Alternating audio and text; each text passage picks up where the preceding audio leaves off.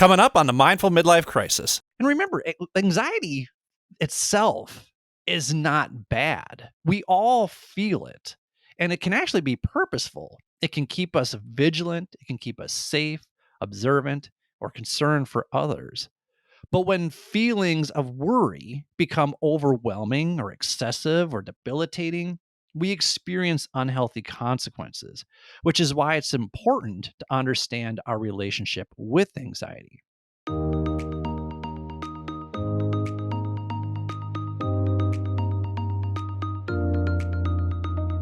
Welcome to the Mindful Midlife Crisis, a podcast for people navigating the complexities and possibilities of life's second half. I'm your host, Billy Lahr, an educator, personal trainer, meditation teacher, and overthinker who talks to experts who specialize in social and emotional learning, mindfulness, physical and emotional wellness, cultural awareness, finances, communication, relationships, dating, and parenting, all in an effort to help us better reflect, learn, and grow so we can live a more purpose-filled life. Take a deep breath, embrace the present, and journey with me through the Mindful Midlife Crisis.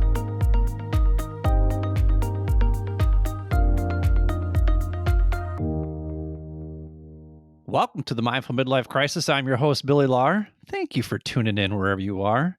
The purpose of this show is to help others navigate the complexities and possibilities of life's second half. One way I do that is by providing a platform that gives people the space and permission to share their expertise and life experiences so you can use that information to enhance your life with whatever you find relatable and practical. I also share how cultivating my own daily mindfulness practice over the last 10 years has helped me navigate the trials, tribulations, and successes of my own midlife crisis.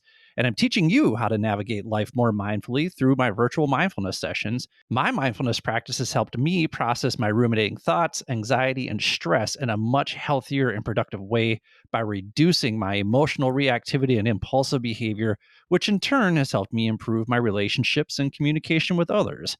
And listen, as someone who's in the thick of a major midlife pivot right now, which I'm going to talk about today, you're going to get it in full force.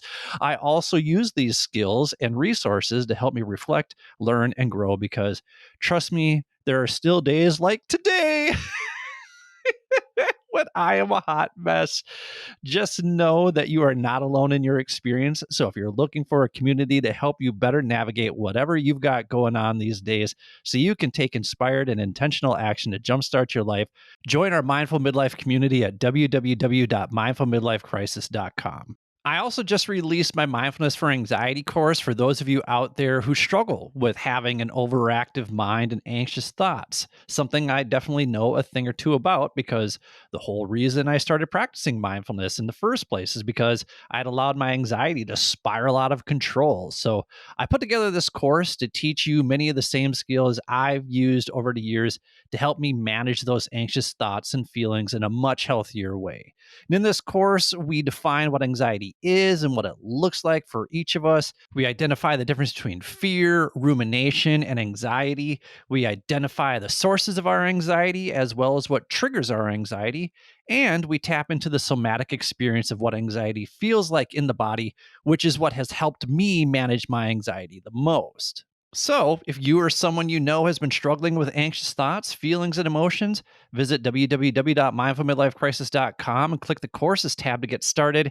If you're a member of the Mindful Midlife community, you get 20% off this course, as well as all future courses. I'm also offering one-to-one coaching sessions at a screaming good deal for anyone who purchases this course, because I want to make sure that you're getting the most out of the skills and strategies I'm sharing with you. This week, I thought I'd share with you some of what I cover in this Mindfulness for Anxiety course so you can get a better understanding as to how mindfulness can help you better regulate an overactive mind that's generating a lot of anxious thoughts. I'm also going to share how an anxious moment this morning tripped me up a bit. And just so you know, I do use a few F-bombs in that story because I feel they're necessary. So if you have kids in the car, set them on the side of the road and make them walk. It'll build character. What do I know? I don't have kids. All right. So let's talk about anxiety, something I know a thing or two about. Anxiety is a struggle that can impede our performance or impact our relationships. So the purpose of my Mindfulness for Anxiety course is to get you to examine what anxiety looks and feels like while also offering some mindfulness practices that I also use because I too am still managing my anxiety, as we'll come to find out. And the purpose is to help you build your resilience to anxiety and directly manage anxious thoughts, feelings, and emotions.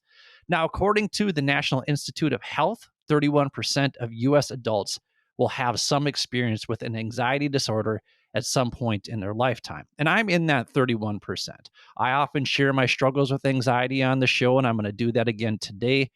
That's part of the reason why I started this podcast 2.5 years ago. I wanted to show you what anxiety looks like through my own experiences. That's why I included the phrase midlife crisis in the title, because often what we think of as a crisis is really just a spiraling of anxious thoughts. And if we allow those anxious thoughts to spiral for too long, they can really become debilitating. But then the antidote to the midlife crisis, in my opinion, is cultivating a daily mindfulness practice. So, although some of us may be going through a midlife crisis, or even if you're just going through a midlife pivot, a midlife transition, all of that carries with it anxious thoughts, feelings, and emotions. But we can do all of those things more mindfully so we can better navigate life's complexities and possibilities. So, what do we mean by anxiety anyway? Well, the Mayo Clinic identifies symptoms of anxiety as feeling nervous, restless, or tense, having a sense of impending danger, panic, or doom, having an increased heart rate, breathing rapidly or all the way to hyperventilation.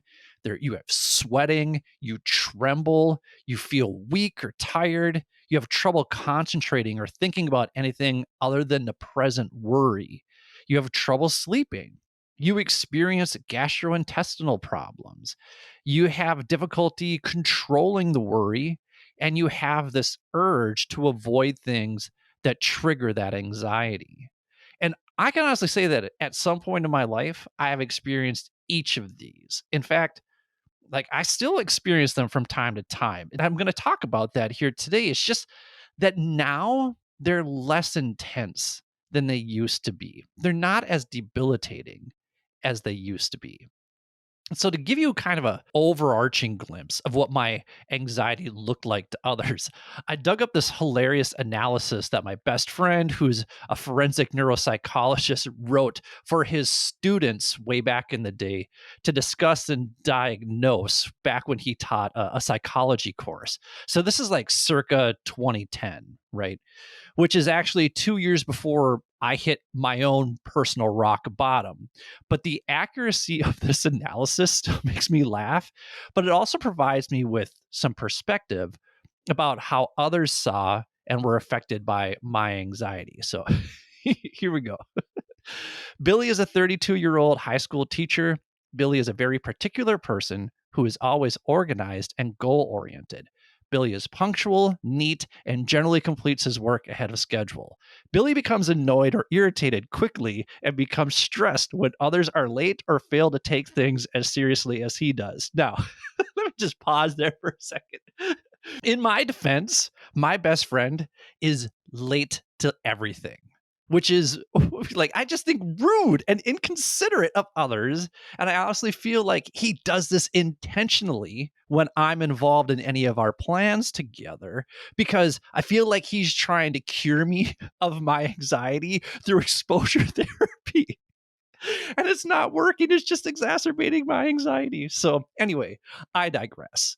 He goes on to say Billy admits to having problems with anxiety and nervousness his entire life, which motivate his consistent goal oriented behavior. Billy admits tardiness stresses him out, especially when that jackass does it, and time is always of the essence. So that is spot on analysis, by the way, as is this next part, unfortunately. He says he spends nearly all of his free time worrying. But the event causing him worry can be anything from his classwork, impending dinner plans, traffic, or last minute changes to his schedule. Please discuss Billy's possible diagnosis and rule out other disorders that could be considered for him. So, the most logical diagnosis for a nut job like myself is general anxiety disorder, GAD, which the Mayo Clinic defines as persistent and excessive anxiety and worry about activities or events, even ordinary routine issues, and the worry is out of proportion to the actual circumstance. It's difficult to control and it affects how the person feels physically as well. And these excessive anxious thoughts often occur along with other anxiety disorders or depression. And you know what? Wouldn't you know, in 2012 and 2013, when my anxiety had hit its peak, I was fully experiencing depression to the point that it had manifested itself into suicidal ideation.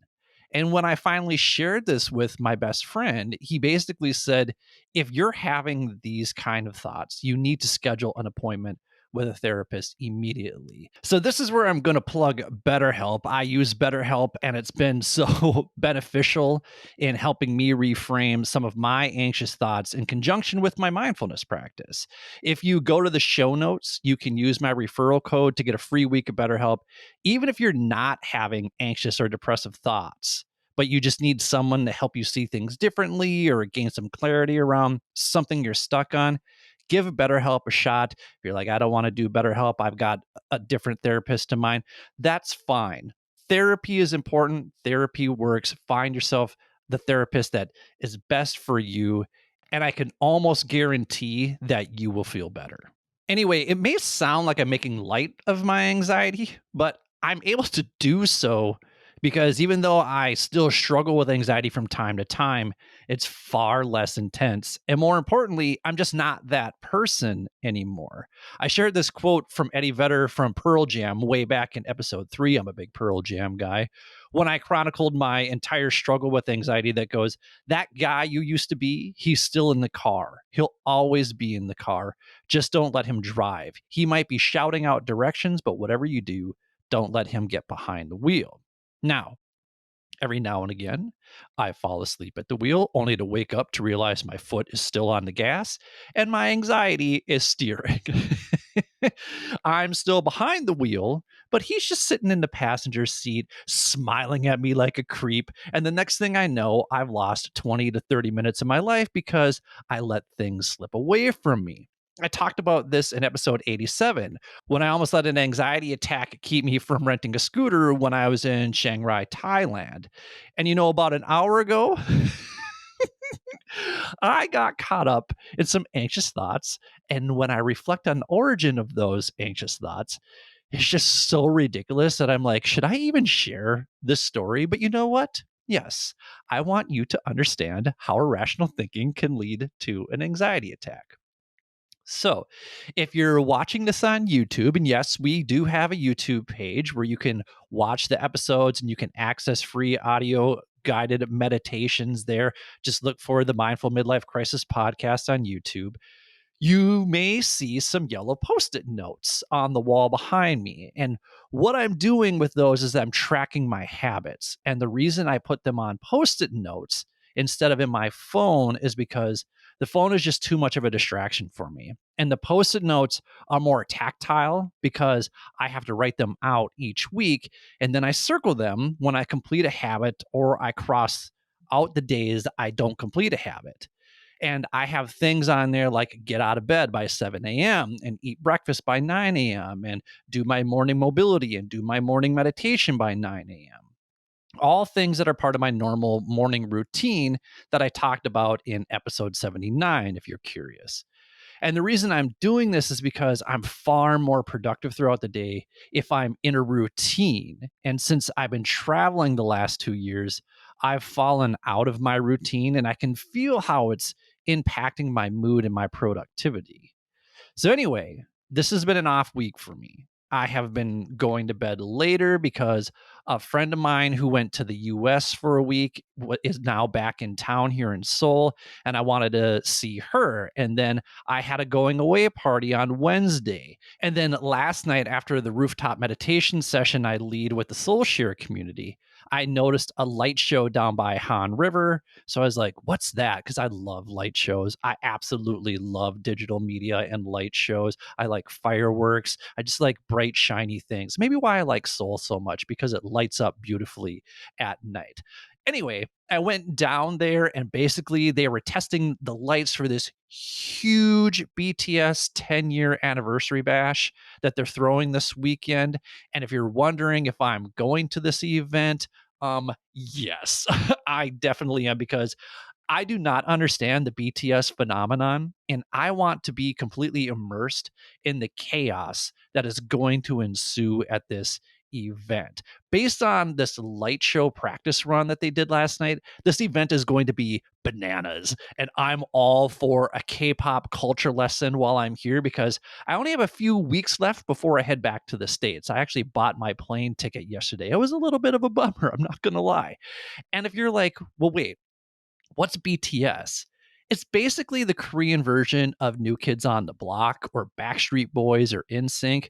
I am team NKOTB. I'm curious, what team are you? Shoot me a message on Instagram at mindful_midlife_crisis, or email me at billy@mindfulmidlifecrisis.com. Let me know who your favorite boy band was back in the day, and don't act like you didn't have one, tough guy. All right? Also, 98 Degrees fans will be blocked. Anyway, if you're paying close attention to what I've been talking about, I've now identified two key thoughts that are percolating in my brain. First, this is an off week for me when it comes to my habits. And as someone who has perfectionist tendencies, I'm just a little bit disappointed in myself. Secondly, I just bought my return ticket, which means a transition is coming up. And when I get back to Minnesota, there's all sorts of uncertainty. Luckily, I have a place to stay for 2 months when I get back, and I'm working out the details for another place to stay in the fall. But I'm committed to being in Minnesota until Thanksgiving in the hopes that I'll be in a position where I can head out again. But of course, that's always a lingering thought in the back of my mind. And I talked about this in length already at episode 96 if you want to check that out. But we're not even at the pivotal moment where I was paralyzed by my anxious thoughts. And now here's where we get to just dive into what irrational thoughts can be like for someone who has an anxious mind like I do. So I've been recording my morning mobility and meditation as a time lapse and posting it to my Mindful Midlife Crisis Instagram page, which if you're not following, head on over there and click follow, especially if you're looking for a morning mobility routine. I've got one there for you. Anyway, I could feel these anxious thoughts bubbling up. So I thought maybe I'll do an Instagram live instead of a time lapse, because I just need to get these thoughts out of my head. But then I couldn't decide which one to do. Should I do a time lapse and just post it in my stories, or should I do this Instagram live? Da da da da da da da. And then I started beating myself up because I was being so indecisive, which led to some real self defeatist language that I was directing towards myself. And then I started having all these desperate thoughts around, like, what the hell am I going to do when I get back to Minnesota? How am I going to make money? Where am I going to, all of these things just started popping up into my head. Where can I cut back on costs? And I just started thinking about how much work the podcast is and how much work starting a coaching business is and how much of a loser I am, and blah, blah, blah. And all of this originated from trying to determine how I was going to video record the stupid mobility routine. So finally, after like seriously 20 to 30 minutes of ruminating on this thought, I was just like, you know what? Fuck it. And I did the mobility routine without even recording it. And what do you know? The act of taking action is what helped me push through my anxiety.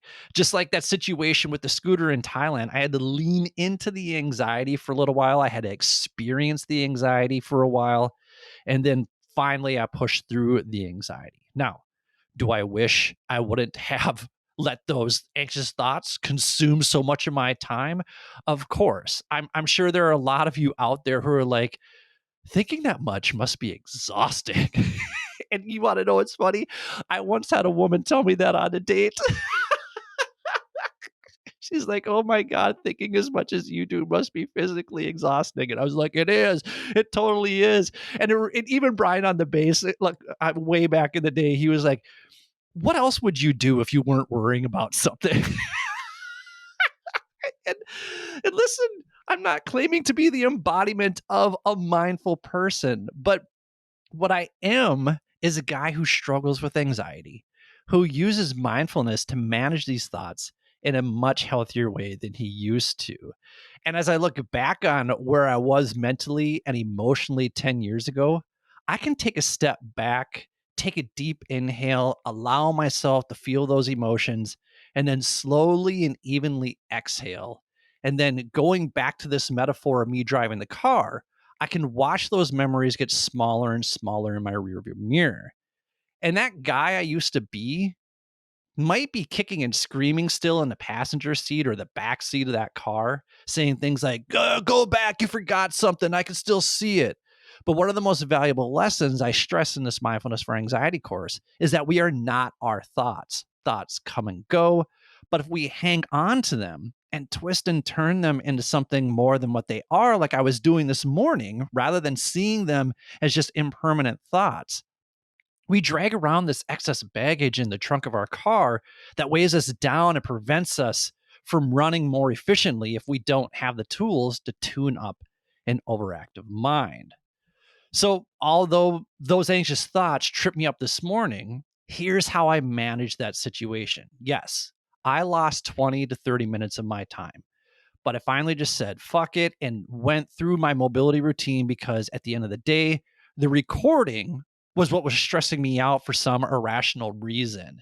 And now here I am using that experience as an example of how anxious thoughts get in our way, but how we can extend compassion to ourselves when that happens. I'm no longer beating myself up over having those anxious thoughts. Instead, I'm laughing about it and I'm sharing it with you in the hopes that you take away something of value that isn't, holy shit, this guy's nuts. And for me, mindfulness has been the most effective tool when it comes to managing anxious thoughts when they appear. And there's research out there that supports this as well, indicating that practicing mindfulness can reduce anxiety by helping individuals observe their thoughts and emotions without becoming overwhelmed by them, by instead fostering a sense of acceptance and detachment from anxious thoughts. One popular technique is called mindful breathing. This is the most basic form of mindfulness. I actually have a beginner meditation on my YouTube page, and we do this. We do mindful breathing if you want to check that out. It's the foundation for our mindfulness practice. It's a lot of what we do when I do the virtual sessions if you're part of the Mindful Midlife community. Mindful breathing involves focusing your attention on your breath, observing each inhalation and each exhalation. This simple practice can help calm the mind and reduce anxiety in the moment. In the Mindfulness for Anxiety course, we talk about strategies like name and tame. And I've talked about this in several episodes as well, most notably in episode 34, where we discussed the language of mindfulness with Brett Hill. And I shared how I would name and tame anxiety when I started feeling it stir around in my body because I was able to connect to the somatic experience of what an anxiety attack felt like in my body, which is why we use another technique in the course called the body scan. And I've got a couple of those on the YouTube page as well if you want to check those out. Basically, it's you are systematically bringing awareness to different parts of your body and relaxing any tension you might be holding. And these practices, mindful breathing and the body scan, can make a notable difference in anxiety management when you incorporate them into your daily routines. And remember, anxiety itself is not bad. We all feel it, and it can actually be purposeful. It can keep us vigilant, it can keep us safe, observant, or concerned for others. But when feelings of worry become overwhelming or excessive or debilitating, we experience unhealthy consequences, which is why it's important to understand our relationship with anxiety. So, I'm going to give you a little bit of homework before next week's episode. So, here's what I want you to do. I want you to write out your responses to the following questions. And then I want you to bring them to next week's episode. Okay? So, what thoughts, feelings, emotions, and physical sensations do you associate with anxiety? Have those thoughts, emotions, feelings, and sensations changed over time? How do others in your life experience and manage anxiety? How do they experience your anxiety? What impact does your anxiety have on them? Are there any patterns of anxiety that you notice, things that come up? Maybe it's somatic, maybe it's how you respond, maybe it's how you avoid. Who shares a similar experience? Maybe it's me. Maybe you need to talk to me about it. I always welcome a phone call, a video chat, a message. So let me know, hey, I have some of the same experiences that you have. And then finally, whose experiences differ? I once dated a woman and I told her, like, you just don't understand what it's like to have anxiety. And she said, no, I get that part of it. You're right. I don't get your anxiety, but you don't understand what it's like to not have anxiety, and she did it. Like she was an extremely rational thinker. So our experiences differed so much. Brian on the bass and our experiences differ so much when it comes to how we manage anxiety, how we manage stress. So it's important to take a look at those as well. If you'd like to process these questions with me, let's set up a free call sometime to go over your responses. You can schedule a call by clicking on the link in the show notes. If you're ready to take the next step, join our Mindful Midlife community for access to our weekly virtual meditation sessions, as well as 20% off all programs, including Mindfulness for Anxiety. Don't forget that you'll receive 50% off your first month of one-to-one coaching when you sign up for my Mindfulness for Anxiety course. Just go to www.mindfulmidlifecrisis.com and look under courses for more details. And remember, progress isn't linear. Our growth looks more like the stock market. Some days we're up, some days we're down, and we may not reap the benefits for a while. But if we play the long game and stay consistent, disciplined, and patient, you'll see that the stock market always bounces back, and so can you. If this episode inspired you to take a deeper look at your relationship with anxiety, please do me a favor and subscribe to the show wherever you get your podcasts. I would also greatly appreciate it if you would share this episode with the people in your life who may find some value in what I shared today. Remember, the purpose of this show is to help you navigate the complexities and possibilities of life's second half, and I hope this free and useful information provides some insight that will help you reflect, learn, and grow. So with that, this is Billy. Thank you for listening to the Mindful Midlife Crisis. May you feel happy, healthy, and loved. Take care, friends. Thank you for taking the time to listen to the Mindful Midlife Crisis podcast. We hope you enjoyed this week's episode. If this episode resonates with you, please share it with your family and friends. We will do our best to put out new content every Wednesday to get you over the midweek hump. If you want episodes to be downloaded automatically to your phone each week, all you need to do is hit the checkmark, subscribe, like, or follow button, depending on what podcast format you're using. While you're at it, feel free to leave our show a quick 5-star review with a few kind words so more people like you can easily find our show. If you're really enjoying the show and you want to help us out, feel free to make a donation to www.buymeacoffee.com/MMC podcast. That's www.buymeacoffee.com/MMC podcast. You can also access the link in our show notes. We use the money from these donations to pay whatever expenses we incur from producing the show, but ultimately, we record this show for you. So if you keep listening, we'll keep recording and releasing new episodes each week regardless. If you'd like to contact us, or if you have suggestions about what you'd like us to discuss on future episodes, feel free to email us at mindfulmidlifecrisis@gmail.com or follow us on Instagram at mindful_midlife_crisis. Be sure to check out the show notes for links to the articles and resources we reference throughout the show. Thanks again for listening. May you feel happy, healthy, and loved.